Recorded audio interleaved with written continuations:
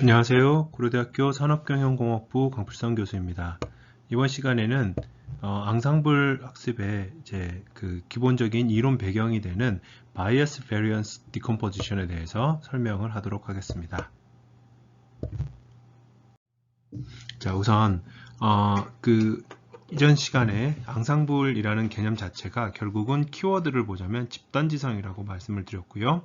집단지성이라 함은 서로 다른 사고 체계를 가지고 있는 여러 알고리즘들이 적절하게 결합이 되었을 때 단일 모형보다는 더 좋은 성능, 예측 성능을 확보할 수 있다, 일반화 성능을 낼 수 있다라는 것을 말씀을 드렸습니다. 그래서 그걸 기저가 되는 것 중에 하나는 뭐냐면 우리가 지금 알고 있는 이제 SVM 같은 경우는 이번 강의를 통해서 같이 이제 한번 다뤘고요. 그 방법론 이외에 여러분들이 이미 잘 알고 있는 디시전 트리라든지 뉴럴 네트워크, K-니어리스 네이버 이런 것들이 동일한 태스크를 수행을 하기 위해서 개발이 되었음에도 불구하고 결론에 도달하는 데까지의 논리적인 사고, 로지컬 띵킹이 이제 다르다라는 얘기죠. 근데 상황에 따라서는 지난 시간에 설명드렸던 것처럼 어떠한 싱글 베스트 모델도 다른 알고리즘들에 비해서 더 우월하다라는 결론을 내릴 수가 없기 때문에 다양한 모델이 이제 우리의 가장 기본적인 기저가 되는 겁니다. 자, 그러면 지금부터는 Bias Variance Decomposition에 대해서 조금 더 깊게 설명을 진행을 하도록 하겠습니다. 우선 우리는 우리한테 주어져 있는 현실 세계의 데이터는 지금 보시는 바와 같이 어떤 메커니즘, 데이터가 생성된 정답이 있는 그러한 상황에서라도 메커니즘이 있다 손 치더라도 거기에 사람이 어찌할 수 없는 노이즈가 더해져 있는 이 아래 보시는 식과 같은 모형임을 우리가 이해를 해야 됩니다. 이 말은 무슨 얘기냐면 예를 들어서 X라는 이제 입력이 주어졌을 때 완벽하게 Y를 출력을 해내도록 하는 어떠한 물리적인 시스템이나 메커니즘 fx가 f스타가 존재한다고 해볼게요. 그럼에도 불구하고 우리한테 주어져 있는 x와 y들의 쌍들은 실제로 y가 x를 집어넣었을 때 그 산식의 f스타에서 나오는 값에다가 플러스 이게 가장 큰 핵심입니다. 여기 보시는 바와 같이 엡실론이 존재한다, 에러가 존재한다라는 얘기죠. 이 에러는 노이즈라고도 이제 해석이 될 수도 있고요, 에러라고 불릴 수도 있는데 사람이 우리가 어떻게 컨트롤할 수 없는 자연 발생적인 변동성이라고 보시면 되겠습니다. 그래서 여기서 보시는 것처럼 f 스타 x는 다시 한번 보자면 f 스타 x는 타겟 펑션, 우리가 찾아야 되는 이제 목적하는 함수인데 우리가 학습을 시키고자 하는 함수인데 상당히 많은 경우에는 실질적으로 알려져 있지 않죠. 이게 있다라는 가정하에서 데이터로부터 추론을 하고자 하는 것이지 완벽하게 이게 있는 경우는 거의 없습니다. 그런 다음에 두 번째로는 노이즈 또는 에러는 이거 통계에서도 많이 이렇게 이제 가정을 하지요. 노이즈는 IID다. 독립적이고 동일한 분포로부터 만들어졌다라는 것입니다. 통계에서 이제 선형 회귀 분석 배울 때 보면 이런 그림들 보신 적 있을 거예요. 실질적으로 어떤 이제 여기가 x고 여기가 y면은 어떤 y는 베타 0 더하기 베타 1 x 베타 뭐 이제 이렇게 표현을 하고요.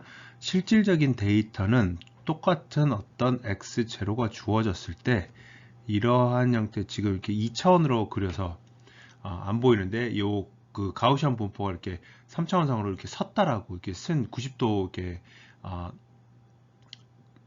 회전이 됐다기보다는 일어서 있는 이제 표현이라고 보시면 기본적으로 여기에서 봤을 때 이 expectation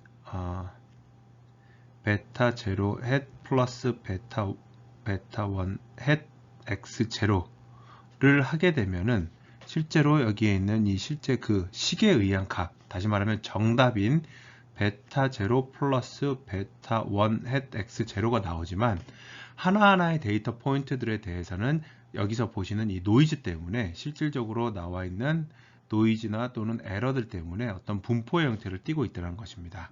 그런데 여기서 이제 우리가 유념해야 될 점은 뭐냐면 X라는 데이터를 통해서 F스타는 항상 똑같은 아웃풋을 내어주지만 거기에 노이즈가 랜덤하게 분포를 하기 때문에 데이터셋, 노이즈가 어떻게 주어지느냐에 따라서 데이터셋들이 달라지는 것이고요. 그걸 통해서 역으로 노이즈를 최대한 반영하지 않으려고 하겠지만 다양한 알고리즘들을 통해서 이 f라는 것을 추정을 했을 때 나오는 값을 f1 hat, f2 hat 쭉 해서 fn hat이라고 한번 해보도록 하겠습니다. 실제로는 우리가 이거를 이제 직접적으로는 이 fn2 해가지고 fn hat까지 나오는 것이 전부 f 랑 같은 값이 나와야 되는데, 같은 함수가 나오도록 해야 되는데 실질적으로는 그러지는 않죠. 그래서 이제 주어진 이 여러 개 노이즈를 반복적으로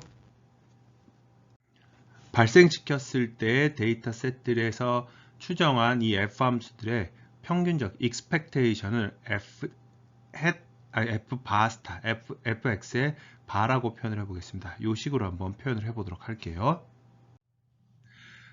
그러면 여기에서부터 이제 mean squared 에러를 가정을 하고 특정한 데이터 포인트에서의 mean squared 에러가 어떻게 만들어지는지, 어떻게 이제 계산이 되는지를 한번 살펴볼게요. 우선 x0가 주어졌을 때의 에러값, 스퀘어드 에러는 x는 x0일 때 y-f hat x가 되겠죠.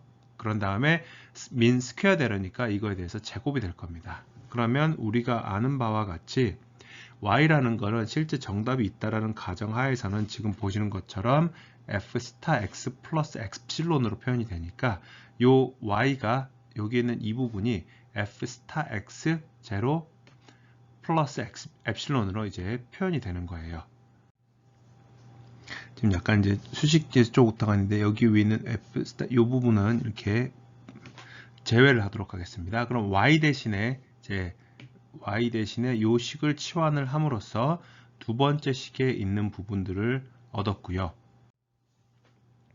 그 다음 단계에서 넘어올 때는 여기서 보시면 여기에서 expectation에 f 스타 x0 빼기 f hat의 x0 그 다음에 플러스 epsilon 한 다음에 이거를 a로 놓고 이거를 b로 놓고 이제 expectation을 이제 이거 제곱이니까 구해야 되면 expectation a의 제곱 a의 expectation 제곱 플러스 expectation b의 제곱 플러스 2 곱하기 expectation의 a 곱하기 b 이제 이렇게 나와야 되겠지요. 근데 여기서 보면 epsilon 자체가 평균이 0이기 때문에 expectation을 취하게 되면 이 뒷부분이 날아가게 됩니다. 그러면서 앞에 부분이 지금 보시는 바와 같이 요 식이 되고요.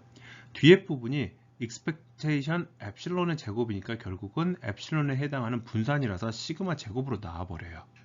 그런 다음에 한 가지 더 트릭을 한번 이제 사용을 해보면 여기에 있는 거는 a 빼기 b니까 우리가 이거를 a 빼기 c 더하기 c 빼기 b로 표현을 해도 변환을 해도 아무런 문제가 없을 겁니다. 그렇기 때문에 f bar x0를 우리가 한 번 뺐다가 한 번 더 해볼게요. 그러면 이제 이 데이터 포인트는 앞선 식에서 가지고 오자면 이렇게 되고 그 다음에 여기서도 역시 마찬가지로 이 부분을 A 파트로 놓고요. 이 부분을 B 파트로 놓자면 여기 보시는 것처럼 A 파트의 expectation의 제곱이고요. B 파트의 expectation의 제곱이 지금 보시는 바와 같이 됩니다. 그리고 난 다음에 시그마 제곱이 나오니까 여기서 지금 뭐가 없어졌냐면 expectation의 2 곱하기 f 스타 x0 빼기 f bar x0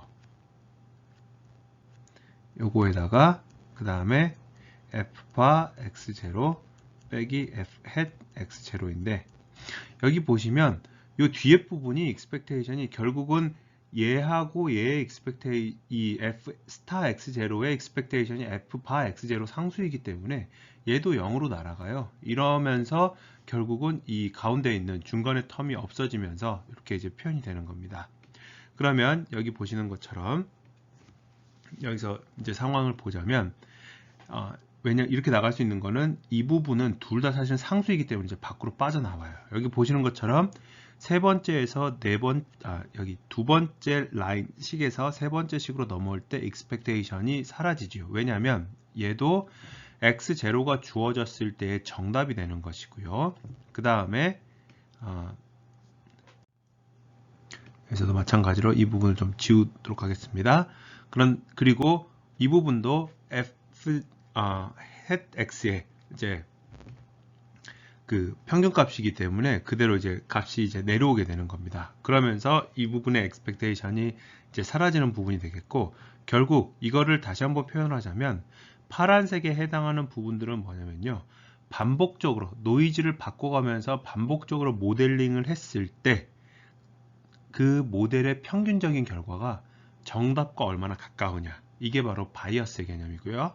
그 다음에 빨간색 부분은 뭐냐면 이 노이즈를 바꿔가면서 모델링을 했을 때 개별적인 모델링이 평균과 얼마만큼 큰 차이를 보이느냐, 이게 베리언스의 목적입니다. 그래서 결국은 어떤 이 회귀 모형이라는 가정하에서 민 스퀘어드 에러라는 하나의 이제 그 로스 함수를, 로스 펑션을 가지고 분해를 해보면, 디컴포지션 분해를 해보면 바이어스와 베리언스, 그리고 자연 발생적인 감소시킬 수 없는 노이즈 엡실론 자체의 분선인 시그마로 이렇게 표현이 된다는 의미입니다. 그래서 바이어스라는 거는 다시 한번 바이어스 제곱이죠. 사실은 뭐냐면 노이즈를 바꿔가면서 우리가 추정을 했던 average estimator, 이게 평균적인 그 추정값이 진짜 정답과 얼마나 차이가 나느냐, 이런 겁니다. 그래서 바이어스가 작다라는 얘기는 우리가 이걸 반복적으로 해내면, 수행을 하게 되면 평균적으로는 잘 맞춰낼 수 있다라는 얘기고요. 바이어스가 크다라는 얘기는 아무리 노력을 해도 정답을 맞출 가능성이 낮아진다는 얘기입니다. 그게 이제 바이어스의 개념이고요. 베리언스의 개념은 뭐냐면 스프레드라고 표현이 되어 있죠.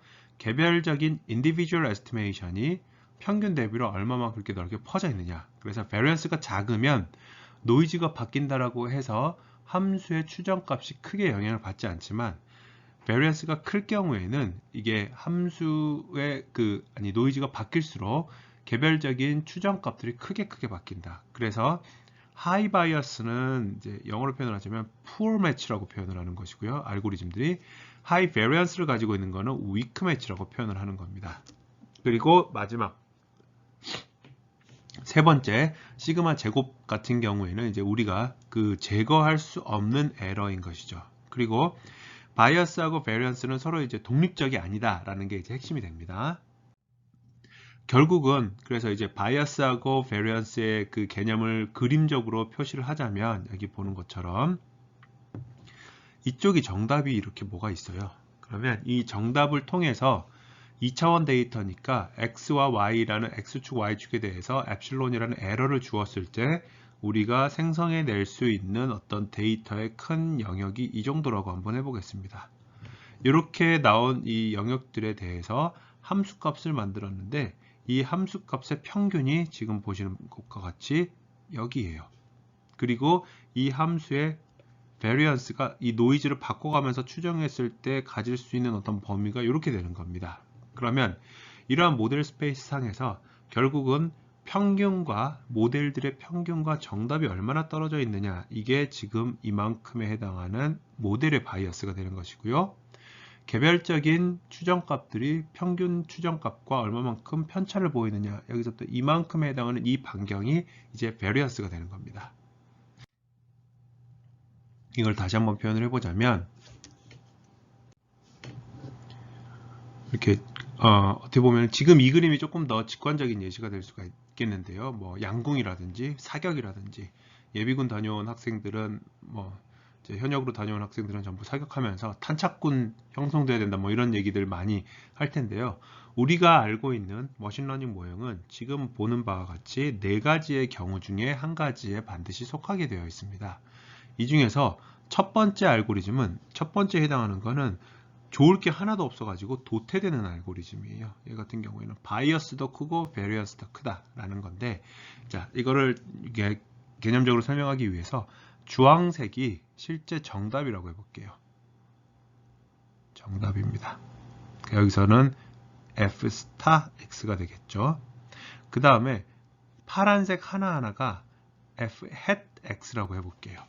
그러면 얘네들의 평균값이 얼마만큼 차이가 나는지를 보면 여기 같은 경우에는 대략적으로 이 정도가 평균일 테니까 여기에 있는 퍼져 있는 정도도 크고 거기에 대해서 정답과 예측 모형의 평균 사이의 거리도 멀어요. 바이어스도 크고 베리어스도 크니까 아무짝에도 도움이 안 됩니다. 도움이 안 되는 모델이기 때문에 얘 같은 경우에는 이제 보통은 도태가 되지요. 반면에 두 번째 그림 같은 경우는 뭐냐면 얘네들 파란색들의 평균을 내보면 얼추 실제 정답하고 되게 가까워요. 그렇지만 퍼져 있는 정도가 좀 큽니다. 그러니까 평균, 추정값의 평균과 정답이 가깝기 때문에 바이어스는 낮은데 베리언스가 커요. 이러한 대표적인 모형들이 컴플렉시티가 높은 모형들입니다. 여기서 보는 것처럼. 그래서 의사결정 나무인데 트리에 대한 프루닝을 하지 않는다든지 인공신경망이나 SVM에서 RBF 커널을 굉장히 좁게 만드는 것 또는 KNN에서 K값을 작게 잡는 것 이런 것들이 두 번째 케이스에 해당하고요. 세 번째는 정답과 평균 추정값의 차이는 크지만 이 개별 추정값들의 편차는 작아요. 다시 말하면 바이어스는 크지만 베리언스는 낮은 형태의 모형이 되는 겁니다. 이러한 모형들이 뭐냐면 모델의 컴플렉시티, 복잡도가 낮은 모형들이에요. 그래서 우리가 알고 있는 로지스틱 리그레션이나 리니어 디스크리미넌트 어널리시스나 보시는 것처럼 그다음에 KNN인데 K가 큰 거 이런 것들입니다. 가장 좋은 거는 네 번째 케이스예요. 바이어스도 낮고 베리언스도 낮은 거. 자, 현실에서는 단일 알고리즘이 이 두 가지를 충족시키는 게 쉽지 않습니다. 그래서 지금부터 이제 바이어스가 낮고 베리언스가 큰 두 번째 형태의 알고리즘들의 베리언스를 줄이는 목적으로 이쪽으로 가고자 하는 게 우리가 지금부터 이제 앞으로 계속 이제 설명을 하게 될 백인 기법의 전략이고요. 반면에 바이어스는 높지만 베리언스가 낮은 심플한 모형들을 가져다가 둘 다 낮추고자 하는 게 이게 부스팅 계열입니다. 그래서 백인과 부스팅은 베이스 러너를 뭐든지 사용할 수 있는, 이론적으로는 뭐든지 사용할 수 있는데 합은 뭐랑 잘 맞느냐? 백인과 합이 잘 맞는 거는 로우 바이어스, 하이 베리언스의 방법론. 다시 말하면 모델의 복잡도가 높은 것들. 부스팅과 합이 잘 맞는 것은 하이 바이어스의 로우 베리언스. 다시 말하면 모델 복잡도가 낮은 알고리즘들이 합이 잘 맞게 됩니다. 이 바이어스 베리언스 이그젬플 예시를 한번 보자면 여기 보는 것처럼 요 D1, D2, D3라고 되어 있는 여기에서 보시는 이 부분은 같은 데이터셋이에요. 근데 이 같은 데이터셋에 대해서 검정색 실선, 여기 보시는 이 검정색 실선이 이게 정답 함수예요. 정답 함수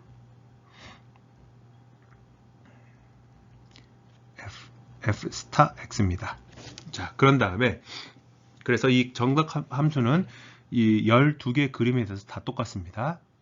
그런 다음에 점들이 찍혀 있는 게 뭐냐면 정답 함수, 여기에 있는 이 하나의 점이 f 스타 x에다가 어떤 노이즈가 주어져 있는 실제 값이에요. 근데 데이터셋 1에 대해서는 똑같은 점들이고요.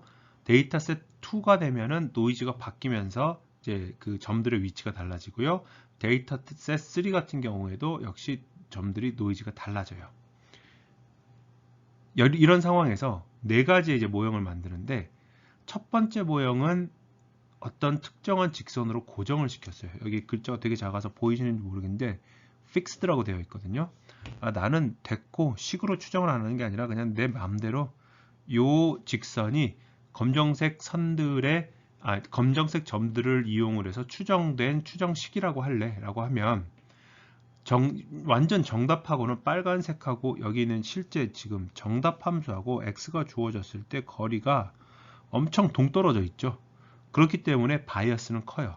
그렇지만 이 세 개의 평균을 내면 항상 같은 값이죠. 왜냐하면 어떤 x에 의한 함수가 아니라 고정되어 있는 식이기 때문에 베리언스는 0이 돼요. 여기 있는 첫 번째 그림의 예시가 바로 그 얘기입니다.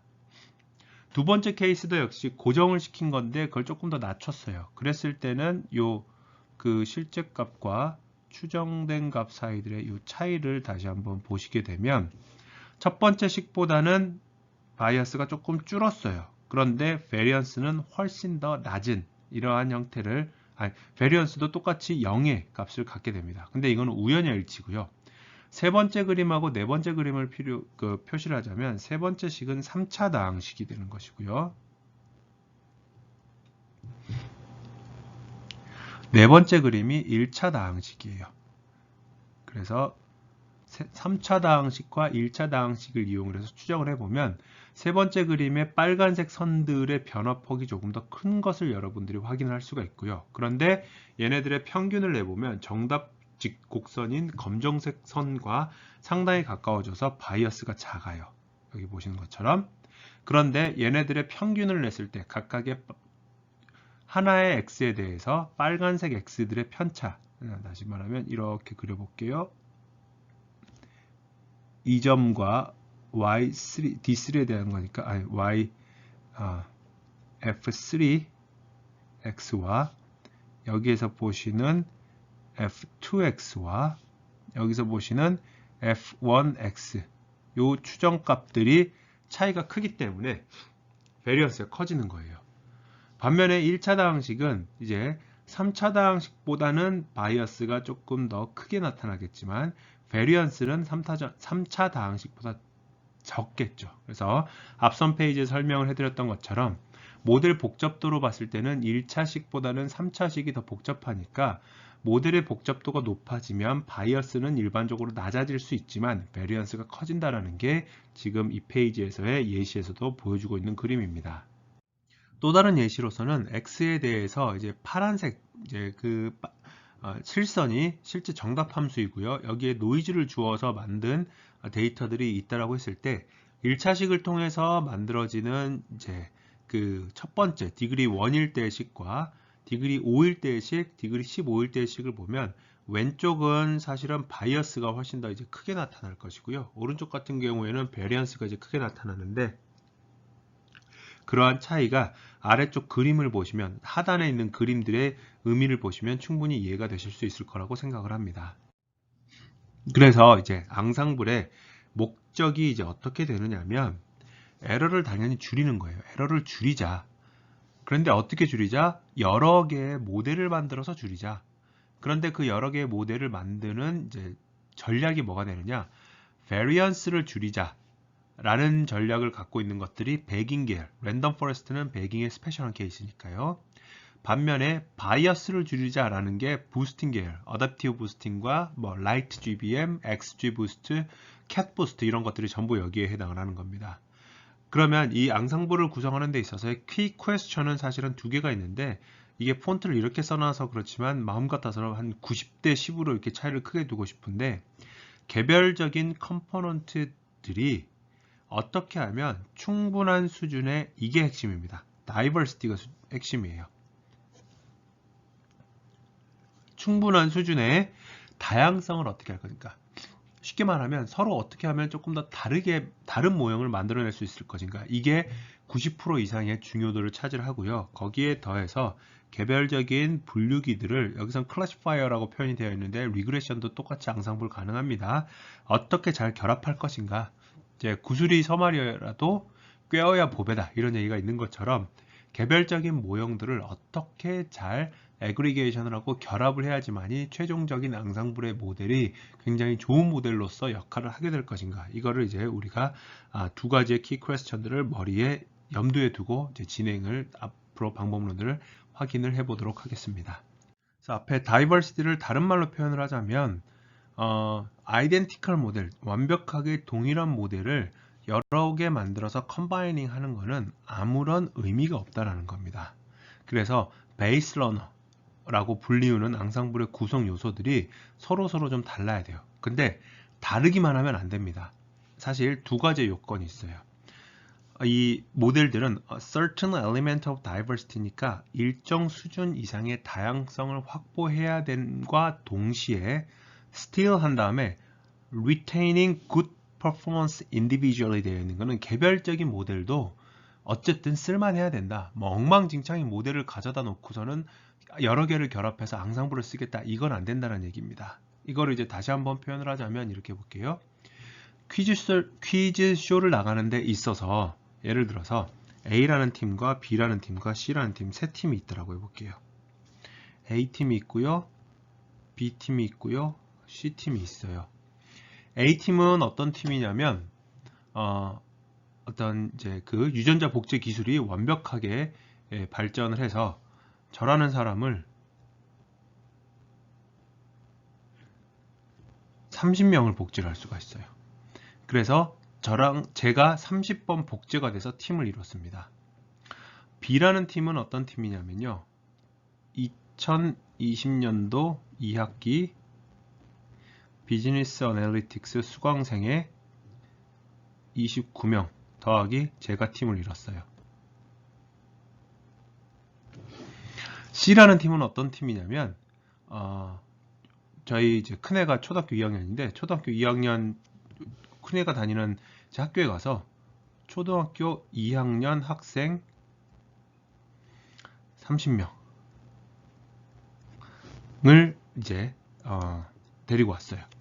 그러면 초등학교 2학년이라고 하지 말고요. 이걸 다시 한번 조금 더 다른 예시로 볼게요. 전국의 초등학생 30명, 학년 무관, 다양한 학년, 1학년부터 6학년까지 전국이고 이거를 랜덤하게 추첨을 했어요. 요 세 팀이 만약에 일반적인 시사상식 퀴즈 프로그램을 나간다고 했을 때 정답률이 가장 높은 팀은 어디일까요? 라는 질문에 대해서는 B가 될 것입니다. 뭐 오프라인 수업이면은 사회생활 잘하는 친구들은 A요라고 뭐 얘기를 할 수도 있겠지만 그런 쓸데없는 대답이 없을 것 같고요. B라는 팀은 기본적으로 성인들이에요. 성인들이기 때문에 일반적인 시사상식에 대한 정답률이 상당할 겁니다. 완벽하진 않더라도. 그러면서 백그라운드가 서로 다른 사람들, 여러분들 대학원생들 중에 원래 학부 전공이 산업공학이 아닌 학생들도 꽤 있을 테니까 서로 다른 전공을 가진 사람들이 모여 있으니까 시너지 효과가 날 거예요. C 같은 경우에는 지역도 다르고 학년도 다르고 다양성 측면에서는 훨씬 더 B라는 팀보다 우수할 수 있는데 두 번째 예시 때문에 이렇게 지금 두 번째 조건 때문에 이런 예시를 보여준 거예요. Still retaining good performance individually 되어 있으니까 개별적인 모형이 어느 정도 성능을 나타내야 되는데 아직 초등학생 같은 경우에는 몇몇 천재적인 케이스를 제외하고서는 일반 시사상식, 정치, 사회, 역사 이런 것들에 대한 정답률이 개별 학생들은 상당히 낮을 겁니다. 그렇기 때문에 다양성만 확보한다 그래서 능사가 아니라는 것을 지금 이 세 팀의 예시로서 보여주는 거예요. 그래서 다양성을 확보하는 데 있어서는 이제 그 다양성에 대한 개념을 추구하는 게 내재적 알고리즘, 그러니까 implicit 그 diversity가 있고 explicit diversity가 있는데 implicit diversity 같은 경우에는 데이터셋을 일부러 다르게 제공을 하면 뭔가 그로부터 학습되는 결과물도 달라지겠지라고 가정을 하는 것이고요. explicit diversity라는 건 뭐냐면 명시적으로 어떠한 측정 지표를 주어서 그 지표를 통해서 이전 모델들과는 다른 모델들이 만들어지도록 유도하는 거예요. 그래서 전자가 맥인과 같은 이제 그 방법론이 되겠고요. 후자가 주로 이제 부스팅 계열 플러스 이 본 강의에서 다루지는 않지만 이제 NCL이라고 불리는 Negative Correlation Learning. 그러니까 다이버시티 때문에 다이버시티가 높다라는 얘기는 모델들 간의 코릴레이션은 낮아야 된다라는 논리적인 근거를 통해서 나오는 게 NCL입니다. 참고 삼아 이거는 봐주세요. 궁금한 학생들은 한번 공부 개인적으로 해보시기 바랍니다. 그 다음에 앙상블 같은 경우에는 이 앙상블을 구현하는 종류가 왼쪽과 오른쪽이 크게 대표적인데요. 이거는 데이터셋을 이제 만약에 그 샘플링을 하거나 어떤 구성을 하는 데 있어서 모델의 학습과는 별개로 독립적으로 independent selection, 독립적인 선택을 하는 경우가 있고요. 모델의 가이드를 받아서 셀렉션을 하는 경우가 있어요. 그 두 가지가 지금 여기서 보시는 차이인데 왼쪽이 주로 백인 계열이고요. 오른쪽이 부스팅 계열이에요. 개념을 보자면 데이터셋 매니플레이터가 하나의 학습 데이터셋으로부터 바로 적용이 돼서 데이터셋이 만들어지면 여기선 클래시파이어인데 이거는 큰 신경 쓰지 마세요. 다른 그림에서 이제 차용을 해오느라고 이렇게 보이는데 그냥 러너라고 봐도 됩니다. 클래시파이어든 리그레셔든 마찬가지예요. 모델을 만들어서 그거를 합치는 과정입니다. 그래서 얘는 왼쪽은 병렬 처리가 가능해요. 병렬 처리가 가능합니다. 반면에 오른쪽은 데이터셋 매니플레이터를 통해서 데이터가 만들어지고 만들어진 데이터를 가져다가 모델 학습을 해서 그 모델 학습의 결과물이 다음 단계 데이터셋을 만드는데 영향을 미쳐요. 이거는 반드시 순차 처리만 해야 됩니다. 이거를 이제 조금 더 그 하드웨어적으로 깊게 들어가면은 병렬 처리를 할 수 있는 컴포넌트가 있긴 있는데 큰 틀에서는 그렇다는 얘기고요. 그래서 이렇게 딱 들으면 당연히 패러럴 프로세싱이 가능한 왼쪽 계열이 오른쪽보다 시간이 빨리 걸리겠거니라고 생각을 할 수 있겠는데 반전은 그렇지 않습니다. 왼쪽은 백인 계열 같은 경우에는 인디비주얼 러너의 이제 그 계산 복잡도가 워낙 높기 때문에 오른쪽은 이제 순차 처리를 함에도 불구하고 모델 500개 만드는데 뭐 예를 들어서 한 1초도 안 걸린다고 하면은 왼쪽 같은 경우에는 베이스 러너 하나, 요거 하나 모델 학습하는데도 뭐 이렇게 수분에서 뭐 수십 분이 걸리는 상황도 충분히 발생할 수가 있어요. 그래서 병렬 처리가 가능하다고 항상 수행 시간이 짧은 건 아니다 라는 거 이해해 주시면 되겠습니다. 자, 그러면 마지막으로 앙상블을 했을 때 어떠한 효과가 있는지에 대해서 식을 통해서 한번 살펴보도록 하겠습니다. 여기서 보시는 이 fx라는 게 true 펑션이 되는 것이고요. ymx라는 게 n번째 앙상블 구성 요소 중에 n번째 모델의 estimation, 추정된 값이라고 얘기를 하고요. 그러면 여기에 있는 이 에러가 이제 개별 모형의 에러라고 한번 해보도록 하겠습니다. 그러면 전체적인 에러의 기대값은 개별 평균의 추정값에서 정답을 뺀 것을 제곱을 해서 expectation을 시키면 되겠죠. 이게 결국은 우리가 알고 있는 이 에러의 제곱의 expectation 값입니다. 그러면 이걸 바탕으로 해서 m개의 개별적인 모델에 의해서 만들어지는 average error랑 앙상블을 통해서 만들어지는 expected error 그를 한번 살펴보도록 할게요. average error 같은 경우에는 여기서 보시는 것처럼 이 개별적인 n번째 모델에 의해서 만들어지는 이제 x값, x가 주어졌을 때 n번째 모델에 의해서 만들어지는 에러 제곱의 평균. 이게 이제 각각 스몰 m개의 모델마다, 스몰 m의 인덱스를 갖는 모델마다 주어지는 것이고요. 라지 m이 실제 앙상블의 전체 구성 요소라고 할 때 스몰 m은 1부터 라지 m까지 개별적인 에러 값들의 기대할 수 있는 expected 에러 값들의 n분의 1이라고 보면 되겠습니다. 그러면 앙상블을 제일 단순하게 개별적인 모형의 앙상블의 에러는 앙상블의 아웃풋은 개별적인 모델의 출력값의 평균이라고 해볼게요. 그 얘기가 바로 이 부분입니다. 이 부분이 뭐냐면 스몰 m은 1부터 라지 m까지 ymx를 라지 n분의 1로 표현을 했다. 이게 그냥 단순히 앙상블의 출력값을 개별 모형의 출력의 평균으로 정의했을 때입니다. 가장 소위 굳이 따지자면 여러 앙상블 기법들 중에서 가장 기본적인 방법론이면서 가장 효과가 사실은 떨어질 수 있는 그런 방법론이에요. 이거를 이렇게 표현을 하면 이거는 다시 한번 표현을 하자면 얘 같은 경우에는 n분의 1을 빼기 위해서 이 fx라는 거는 이렇게 쓸 수가 있어요. n분의 1 곱하기 m 곱하기 fx로 쓸 수가 있을 테니까 여기에 있는 요 n분의 1하고 n분의 1 그대로 그냥 이렇게 밖으로 서메이션 밖으로 빼고요. 그러고 나면 서메이션 m은 1부터 라지 m까지 ymx 빼기 fx 이렇게 쓸 수가 있겠죠. 그러면 여기 요 부분하고 서메이션이 합쳐져서 m 곱하기 fx가 될 테니까. 그러면 결국은 요 괄호 안에 있는 부분이 각각의 n번째 모델에 대한 차이, 오차, 에러이기 때문에 지금 보시는 식과 같이 변형이 될 수가 있습니다. 그러면 여기에 대해서 개별적인 이 n번 모형의 에러들이, n번째 에러들이, 모델들의 에러가 평균은 0이고요. 이게 이제 사실은 거의 이제 비현실적인 가정인데, 그 다음에 서로 uncorrelated 되어 있다. 상관관계가 없다. 다시 말하면 이 에러의 n번째 에러의 expectation은 0이고 개별적인 모델이 달랐을 때 에러들의 expectation은 상관관계가 0이다 라고 했을 때는 이게 어떤 식으로 발생을 하냐면 앙상블의 에러 값은 결국은 n분의 1의 average의 에러 값으로 표현이 됩니다. 왜냐하면 아까 앙상블 식에서 그러니까 이제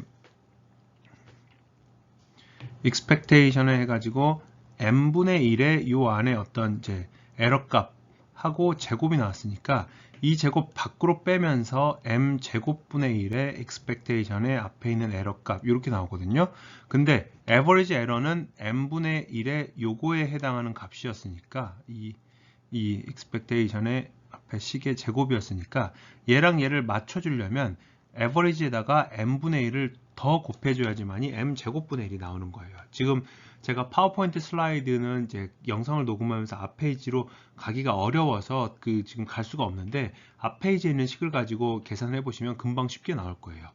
이 말은 무슨 얘기냐면 다시 말하자면 앙상블에 이제 만약에 이론적으로 개별 모형들이 서로 독립이라는 가정하에서는 앙상블의 에러 값은 개별적인 모형의 에러 값의 n분의 1만큼까지 줄어든다. 이거는 어마어마하게 줄어드는 것이고요. 그래서 현실적으로는 거의 가능하지 않은 식이라고 봐주면 되겠습니다. 반면에 실질적으로는 여기서 보시는 이 슈바르츠 부등식 우리 기억나는지 모르겠습니다. a제곱 플러스 b제곱에 x제곱 플러스 y제곱은 ax 플러스 by의 제곱보다 크다. 이렇게 이제 나타나는 거 보셨는지 모르겠어요. 그거를 갖다 쓴 게 지금 여기에 있는 요 식입니다. 이 부분 expectation 제곱들을 전부 이제 x, y 이 계열이라고 보시고요. m을 1 더하기 1 더하기 1 더하기 이렇게 해서 이게 1이 m개라고 있다라고 보시면 결국은 개별적으로 제곱한 거 곱하기 제곱한 거랑 얘네들에 대해서 선형결합을 해서 통으로 제곱한 거랑 이게 이제 부등호가 바뀌게 되겠죠. 그러면 이걸 하기 위해서 보시자면 여기에 이제 m을 지우기 위해서 expectation 제곱이니까 m 제곱분의 1을 표현을 하면 여기 앞에는 m분의 1이 나오고요. 이거 밖으로 빠져나오면서 m 제곱분의 1이 되니까 여기에 있는 이 m하고 만나가지고 m분의 1로 이제 치환이 되는 겁니다. 그러면 이게 결국은 이 average 에러고요. expectation average, 모델의 average 에러고요.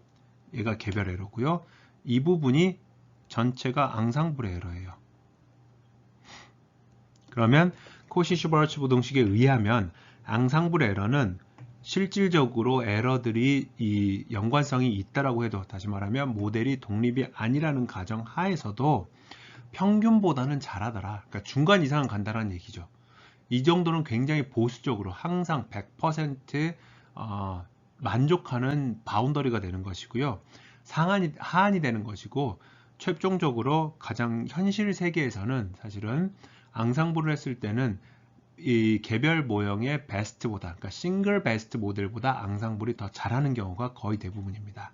자, 정리하자면 이론적으로 개별적인 모형들이 모두 독립임을 가정을 할 때 앙상블의 효과는 이제 다 지워놓고 볼게요.